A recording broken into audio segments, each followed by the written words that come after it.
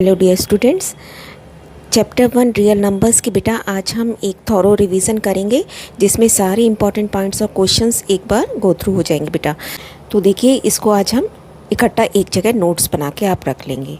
Prime numbers अभाज्य संख्याएं जिनके केवल दो ही फैक्टर्स होते हैं, गुणनखंड, एक संख्या एक और एक वो खुद है ना।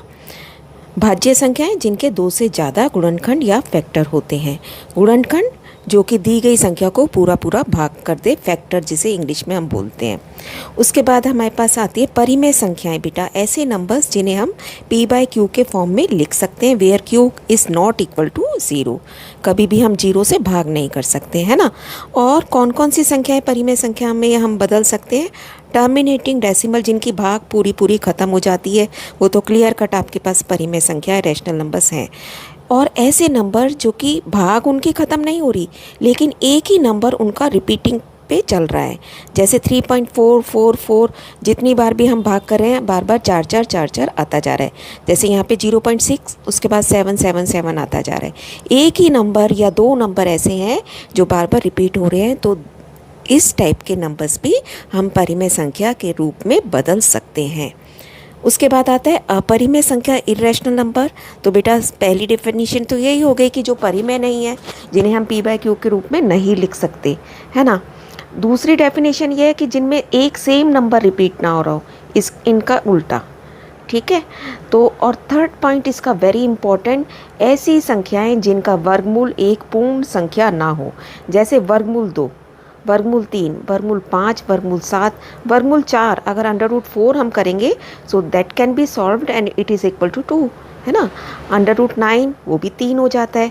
तो ऐसी संख्याएं तो रैशनल बन गई, और जिनका हम √ नहीं सॉल्व कर पा रहे वो इरेशनल ही रह जाएंगी। उसके बाद नेक्स्ट हमारे पास very important fundamental theorem of arithmetic, every composite number, हर एक भाज्य संख्या को हम उसके अभाज्य संख्याओं के गुणनफल के रूप में लिख सकते हैं, और ये गुणनखंड अभाज्य गुणनखंडों के आने वाले क्रम के बिना अद्वितीय होता है। ये हम पहले समझ चुके हैं कि चाहे आप किसी भी ढंग से करो, फाइनल आंसर सबका एक आएगा। सबसे छोटी भाज्य व अभाज्य संख्या का SCF बताइए। सबसे छोटी भाज्य मतलब कंपोजिट नंबर सबसे छोटा, और प्राइम नंबर, उन दोनों का हमें SCF बताना है बेटा।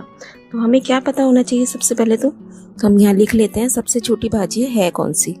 सबसे, आप प्लीज पूरा लिख लीजिएगा, सबसे छोटी भाज्य कौन सी है? 4 से पहले 1 आपको पता है, ना प्राइम है ना कंपोजिट है, ना भाज्य है ना अभाज्य है। और उसके बाद 2 और 3 दोनों प्राइम नंबर्स हैं। ऐसे ही तो सबसे छोटी भाज्य कौन सी बनी? 4 नंबर। और सबसे छोटी अभाज्य कौन हुआ? 2, है ना। तो जब नंबर्स हमें पता चल गए, अब हम इन दोनों का SCF निकालेंगे। SCF ऑफ 2 and 4, आपको पता है ये 2 आएगा, ठीक है। तो हमारा आधा क्वेश्चन हो गया। उसके बाद उसने पूछा है क्या ये सह अभाज्य है, को प्राइम है ये नंबर्स? तो ये को प्राइम नहीं है बेटा, सह अभाज्य नहीं है, क्योंकि सह अभाज्य कब होते हैं नंबर्स? जब उनका SCF 1 होता है।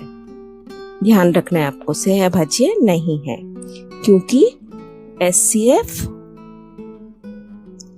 of 2, 4 is not equal to 1। देखिए नेक्स्ट, अपरिमेय संख्या बताइए। इरेशनल नंबर बताना है हमें इन दिए गए नंबर्स में से। तो हम टिक मार्क कर लेते हैं। देखिए 4.56 ये परिमेय है ना, तो ये अपरिमेय नहीं है। 0.12 के ऊपर बार है बेटा, तो ऐसे नंबर्स को हमने p/q के फॉर्म में लिखना सीख रखा है, तो ये भी नहीं है। नेक्स्ट देखिए, इसकी भाग चलते जा रही है, तो ये है, और कोई भी नंबर सेम रिपीट नहीं हो रहा। उसके बाद पाई आपको पता है इरेशनल नंबर है। √9 इज इक्वल टू 3, जो कि सिंपल एक परिमेय संख्या है। √11 इसको काटेंगे क्योंकि ये परिमेय संख्या है, √11 अपरिमेय संख्या। नेक्स्ट देखिए 38875 के अभाज्य गुणनखंड करिए। सारा बहुत कुछ हमारा बेसिक्स के ऊपर बेस्ड है। इसमें 5 से डिविजिबल है, 5 है कॉर्नर पे, तो अब देखिए आपके पास आ गया। बहुत केयरफुली आपको ध्यान से कैलकुलेशन करनी होती है मैथ्स में। तो हमारे पास आ गया 1555। अभी फिर से 5 से ही जाएगा। हमारे पास आ गया 311। अब देखिए ये एक प्राइम नंबर लग रहा है 311, क्योंकि किसी के टेबल में नहीं जाएगा। तो इसके अभाज्य गुणनखंड कौन से बने? 5⁻³ इंटू 311। वह सबसे छोटी संख्या बताइए, सबसे छोटी संख्या बताइए जिससे √5 माइनस √3 को मल्टीप्लाई करें तो हमें एक परिमेय संख्या मिल जाए, रैशनल नंबर मिल जाए। अभी ये इररेशनल नंबर है, तो आपको एक ऐसे नंबर से इसे मल्टीप्लाई करना है जिससे कि ये रैशनल बन जाए। देखिए बेटा, वेरी इजी। √5 माइनस √3 है ना, इसको आप ब्रैकेट में डालेंगे और हम इसको कर देंगे जैसे हम रैशनलाइजेशन में करते थे ना नीचे। तो क्या करते थे वो, इसलिए तो करते थे ना कि रैशनल नंबर मिल जाए। तो आप माइनस होता था तो प्लस वाले, सेम आपको यहाँ करना है। अब देखिए एक बार माइनस एक बार प्लस का फॉर्मूला लग गया a square minus b square का, तो it will be √5 square minus √3 square. 5 minus 3, root और स्क्वायर हट गए, दोनों आपस में कट गए, आंसर रह गया हमारे पास 2 ओनली। उस परिमेय संख्या को भी ज्ञात कीजिए, तो हमने निकाल लिया है कि ये 2 है। नेक्स्ट देखिए, यदि n एक नेचुरल नंबर है, प्राकृत संख्या है, तो दिखाइए कि 12⁻n का इकाई का अंक 0 या 5 नहीं हो सकता। Unit place can not be equal to 0 and 5। तो बेटा देखिए कैसे करना है। 12 की पावर n दे रखा है ना आपको, हम क्या करेंगे 12 के फैक्टर्स करेंगे, फैक्टर्स या गुणनखंड, फैक्टर्स ऑफ 12 क्या बन जाएंगे 2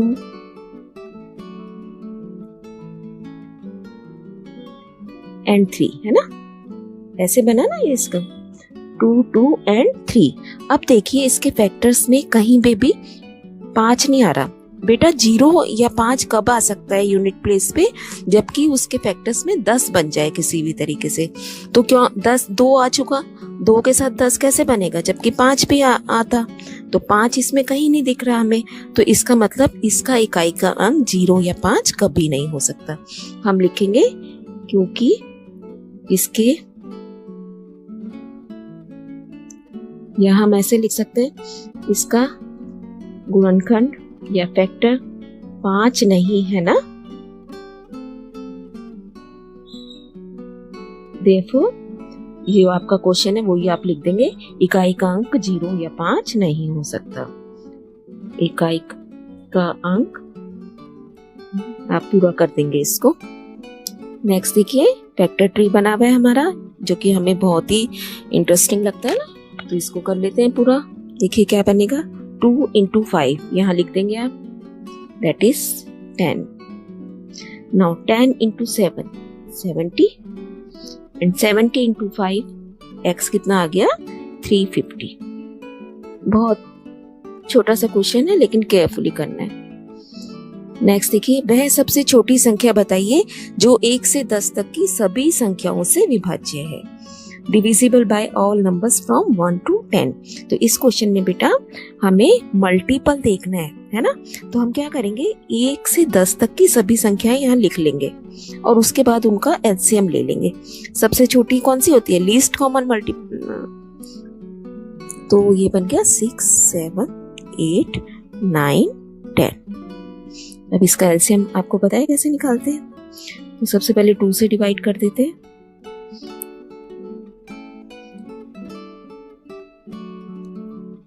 7, 4, 9, 5। अब देखिए 3 से कर देते हैं आपके पास 1, 1, 1, 2, 5, 1, 7, 4, 3 and 5। अब देखिए 2 से 1, 1, 1, 1, 5, 1, 7, 2, 3 and 5। अब फिर से 5 से चला जाएगा एक बार 1 1 1 1 1 1 7 2 3 एंड 1। अब बेटा आप देख रहे हैं नीचे क्या बने, 7 2 3, तीनों ही प्राइम नंबर्स अभाज्य संख्याएं बची हैं, तो उन्हें हमें एक एक करके हम यहाँ पे भी लिख सकते हैं। अदरवाइज हम सीधा, हमें पता चल गया कि एलसीएम क्या होगा। देखिए एलसीएम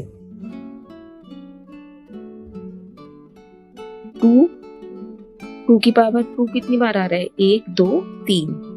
आप यहाँ पे भी एक एक करके डिवाइड कर सकते हैं। फिर 3 को चेक करेंगे, 1 फ्रॉम हियर एंड 1, 50 की पावर 2।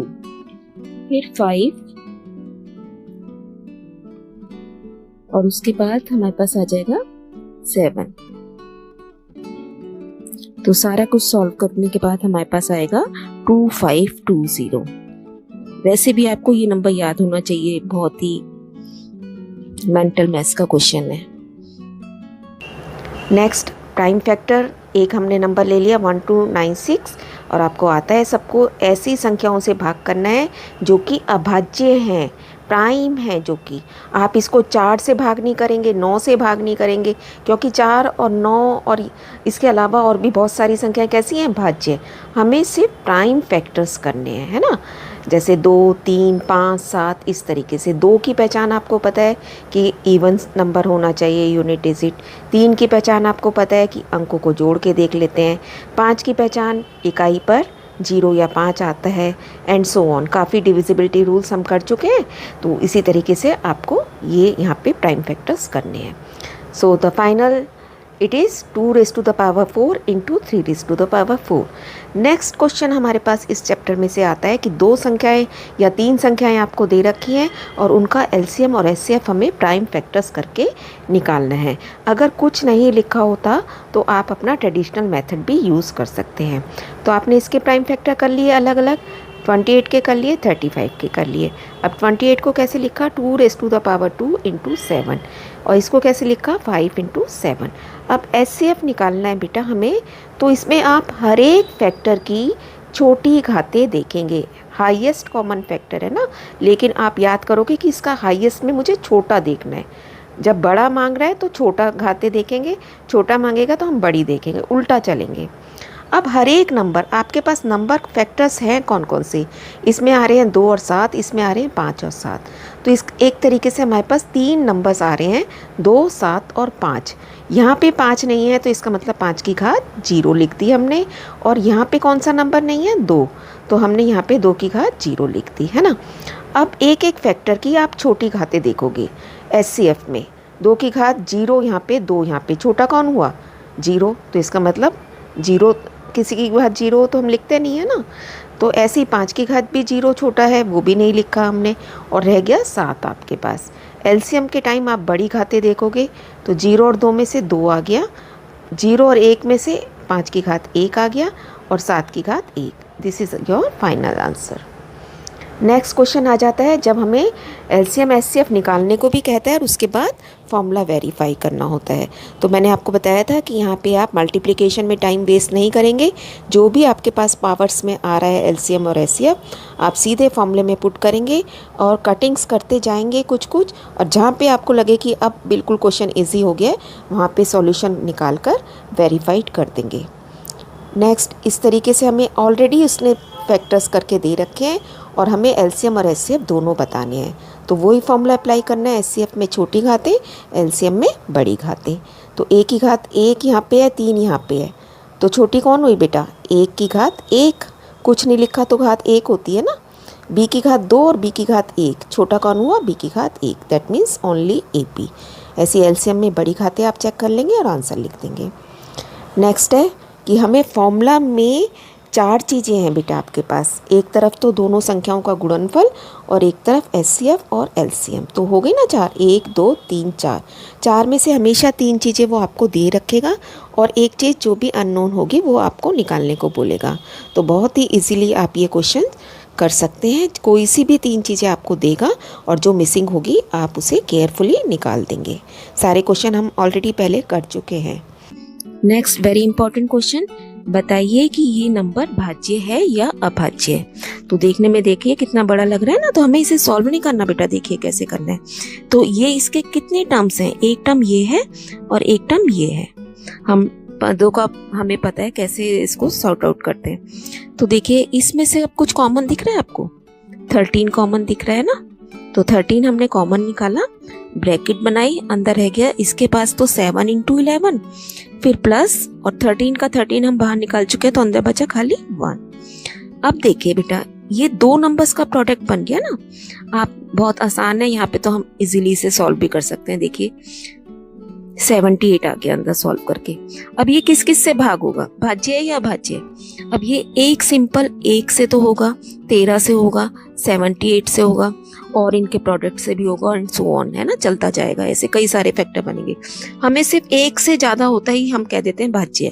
तो इसका मतलब ये संख्या कैसी है, भाज्य, क्योंकि इसके गुणनखंड 2 से ज्यादा हैं। आप लिखेंगे यहाँ पे।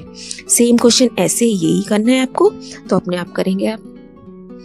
नेक्स्ट देखिए, क्या दो संख्याओं का एचसीएफ और एलसीएम 300 ये हो सकता है? तो बेटा हम क्या करते हैं ऐसे केस में, एचसीएफ हमेशा एलसीएम को पूरा पूरा भाग करता है। आप लिख दीजिए यहाँ पे, एचसीएफ हमेशा एलसीएम को पूरा भाग करता है।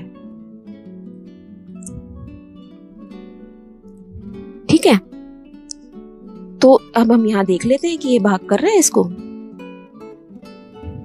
आप देखिए, इसे चेक कीजिए भाग करके, तो आपको पता चल जाएगा कि ये पॉसिबल है या नहीं है।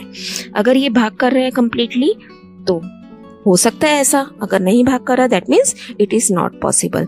तो इस केस में आप चेक करेंगे, आपको पता चलेगा कि ये नहीं भाग करेगा। देखिए 2 बचा, फिर 1 पे गया, फिर अगेन 2 बच गया, जो कि बचना नहीं चाहिए था ना। इसका मतलब ये ऐसा पॉसिबल नहीं है, नॉट पॉसिबल। और ये रिजल्ट आप हमेशा ध्यान रखेंगे। नेक्स्ट देखिए, सॉल्व करना है हमें। 2√45, √45 को मैं 9 × 5 लिख सकती हूँ ना बेटा, plus 3√20 that can be written as 4 × 5। अब नीचे देखिए 2√5। अब √9 कैसे सॉल्व होके 3 बाहर आ जाएगा और 3 2 6 √5 बचा इधर। अब यहाँ देखिए 4 का 2 बाहर निकला, अगेन 3 × 2 is 6√5 और नीचे क्या है 2√5। अब ऊपर चेक कीजिए, 6√5 6√5 लाइक टर्म्स है, प्लस हो गई 12√5। 2√5 से डिवाइड कर दीजिए, ये कट गया इससे और ये कट गया इससे। कभी भी आपको यहाँ से यहाँ सीधा ऐसे नहीं काटना है जब तक ऊपर प्लस माइनस सॉल्व ना हो जाए कंप्लीटली। वह बड़ी से बड़ी संख्या बताइए जिससे 31 व 99 को भाग करने पर शेषफल क्रमशः 5 व 8 बच जाए। दैट मीन्स बेटा कि हमें जब बड़ी से बड़ी संख्या पूछी जा रही है, आपको ये फ़ौरन क्लिक हो जाना चाहिए कि एचसीएफ हमें निकालना है। लेकिन क्योंकि कुछ रिमाइंडर भी यहाँ बच रहा है, 31 को भाग किया जाए तो 5 छूट जाता है और 99 से 8 छूट जाता है। तो जो ये एक्स्ट्रा टर्म्स हैं हमारे पास, सबसे पहले हम इन्हें माइनस कर देंगे। 31 में से 5 और 99 में से 8 को माइनस कर देंगे, तो क्या बचा 26 और 91। अब ये जो टर्म्स आई हैं इनका हम एचसीएफ निकालेंगे और आपको बहुत ही अच्छे से पता होगा कि दोनों ही नंबर्स 13 के टेबल में आते हैं। तो एचसीएफ इनका क्या बन गया 13। आपको निकालना भी आता होगा। देखिए बड़ी टर्म को अंदर रखा, 26 से भाग किया, 3 पे गया 78, 13 बचा। अब 26 को यहाँ अंदर ले आएंगे, 2 पे पूरा चला गया, तो एचसीएफ क्या माना जाएगा, जिससे भाग करने पे शेषफल 0 बचे। So the answer is 13। ठीक है। नेक्स्ट क्वेश्चन, इनमें से कौन अपरिमेय संख्या है? तो बेटा √9 को आप सॉल्व करके क्या लिख सकते हो 3, जो कि एक परिमेय संख्या है। √16 क्या बन जाता है 4, √25 5 बन गया। लेकिन हम किसे सॉल्व नहीं कर सकते, √14 को, है ना, इसलिए यह एक अपरिमेय संख्या है या irrational number. Next very important कुछ रिजल्ट्स हैं। परिमेय संख्या को अगर परिमेय से गुणा किया जाए तो हमेशा परिमेय संख्या मिलेगी। Rational into rational is rational. लेकिन अगर एक परिमेय संख्या है, आपके पास एक अपरिमेय है, तो जो आपका आंसर होगा वो भी अपरिमेय संख्या होगा। बहुत ध्यान रखना है आपने। फिर परिमेय अपरिमेय को गुणा किया जाए आपस में, इरेशनल को इरेशनल से, तो हमारा आंसर हमें परिमेय भी मिल सकता है और अपरिमेय भी मिल सकता है। जैसे एग्जांपल देखिए, √3 इरेशनल नंबर है, अपरिमेय है, इसको मैंने इसी से गुणा कर दिया तो बेटा क्या बन गया, ये 3 बन गया, जो कि एक परिमेय संख्या है। ऐसी √3 को लेकिन अब की बार √2 से मल्टीप्लाई कर दो तो ये √6 बन जाएगा, जो कि एक अपरिमेय संख्या है, इरेशनल नंबर। इन वे परिमेय में अगर परिमेय जोड़ा जाए तो हमें परिमेय संख्या मिलेगी, परिमेय में अपरिमेय जोड़ दें तो हमेशा अपरिमेय मिलेगा। लेकिन अपरिमेय में अपरिमेय जोड़ें तो जैसे गुणा करने पे कभी हमें परिमेय और कभी अपरिमेय मिल सकता है। एग्जाम्पल यहाँ आपको ये याद भी रखने हैं, ऐसा भी पूछा जा सकता है। 3 + √2 एक अपरिमेय संख्या है, ऐसे इसमें मैंने क्या जोड़ दिया, 3 - √2, जो कि एक दूसरी अपरिमेय संख्या है। जब आप इन्हें जोड़ोगे बेटा, रूट से √2 कैंसिल हो गया, क्या बचा, 3 + 3 6, which is a rational number. अब जब जमा किया तो देखिए एक √3 ले लिया, एक √2 ले लिया, सॉल्व हो ही नहीं पाएंगे आपस में, तो ये कैसा रहा, अपरिमेय, इरेशनल। तो इसलिए हमें यहाँ दोनों आंसर मिल सकते हैं। नेक्स्ट अगेन, इनमें से कौन अपरिमेय संख्या नहीं है, which is not a irrational number, यानी कि रैशनल है। अब देखिए अभी हमने सीखा है कि परिमेय में अपरिमेय जोड़ो तो अपरिमेय मिलेगा, इसका मतलब ये अपरिमेय है। ऐसे इसमें जमा और घटा के सेम रूल होते हैं, तो ये भी अपरिमेय। परिमेय को अपरिमेय से गुणा करते हैं तो भी हमेशा अपरिमेय मिलती है। अब रह गया सी को चेक करना हमें आता है।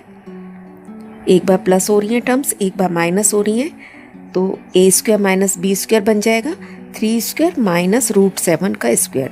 नाउ 3² इज़ 9 और √7 और स्क्वायर कट गए आपस में, 7 रह गया खाली, 9 - 7 = 2, जो कि एक परिमेय संख्या है। तो हमारा आंसर क्या बन गया, सी। नेक्स्ट देखिए बेटा, ये आपको एज इट इज़ लर्न करने हैं, कई बार आप प्रैक्टिस भी कर चुके होंगे। √3 एक अपरिमेय संख्या है, जिसमें हम पहले मान लेते हैं कि ये एक परिमेय संख्या है, a/b की फॉर्म में लिख लेते हैं, और इस तरीके से सारा रिजल्ट आपको एज इट इज़ लर्न करना है। इसी से रिलेटेड 3 + 2 √5 को अपरिमेय सिद्ध कीजिए। यदि √5 अपरिमेय है तो यहाँ पे भी हम सिंपल a/b की फॉर्म में ना लेके सिंपल x मान लीजिए, और जो ये √5 है इसको अकेला एक जगह छोड़ के बाकी सारी टर्म्स दूसरी तरफ ले जाएंगे, जिससे क्या होता है, एक तरफ अपरिमेय बच जाती है, दूसरी तरफ परिमेय, which is not at all possible. इसलिए हमारी अजम्पशंस गलत हो जाती हैं और यह एक अपरिमेय संख्या सिद्ध करती। ऐसे ही 2√3/5 पहले इसे परिमेय माना, परिमेय मान के a के इक्वल रख दिया। अब √3 को यहाँ अकेला छोड़ देंगे, 5 ऊपर चला गया, 2 नीचे आ गया। अब इस तरफ तो ये अपरिमेय बन गई और इस तरफ परिमेय, विच इज़ नॉट पॉसिबल, जो कि संभव नहीं है। इसलिए हमारी कल्पना गलत है और इसलिए यह एक अपरिमेय संख्या है बेटा। तो that's all for the chapter 1 बेटा। आपके सारे इंपॉर्टेंट क्वेश्चन ऑलमोस्ट इसमें इकट्ठे हो गए हैं। खूब प्रैक्टिस कीजिए। Keep on learning, stay blessed.